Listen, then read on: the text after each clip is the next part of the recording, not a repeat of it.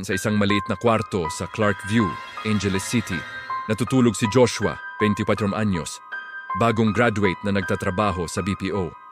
Isang gabi, habang natutulog siya, naramdaman niya ang mahinang galaw sa ilalim ng kama. Parang may humihila ng kumot pababa, dahan-dahan.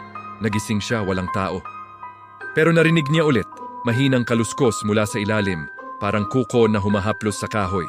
Kinabukasan, habang nag-aayos ng kama, nakita niya sa ilalim ang lumang kahon na hindi niya naalala. Loob ay mga lumang larawan ng isang bata na kamukha niya noong maliit. Pero hindi siya yon. Sa gabi ulit, habang nakahiga, narinig niya ang mahinang bulong mula sa ilalim. "Joshua, bumalik ka na!" Kinabukasan, inilipat niya ang kama sa sulok. Pero narinig pa rin niya ang kaluskos, mas malapit na ngayon. Parang nasa loob na ng unan isang gabi, sa gitna ng dilim. Naramdaman niyang may humahawak sa kanyang kamay mula sa ilalim. Malamig at maliit na kamay ng bata. Hindi na siya bumalik sa apartment na yon. Pero hanggang ngayon, tuwing matutulog siya, sinusuri pa rin niya ang ilalim ng kama.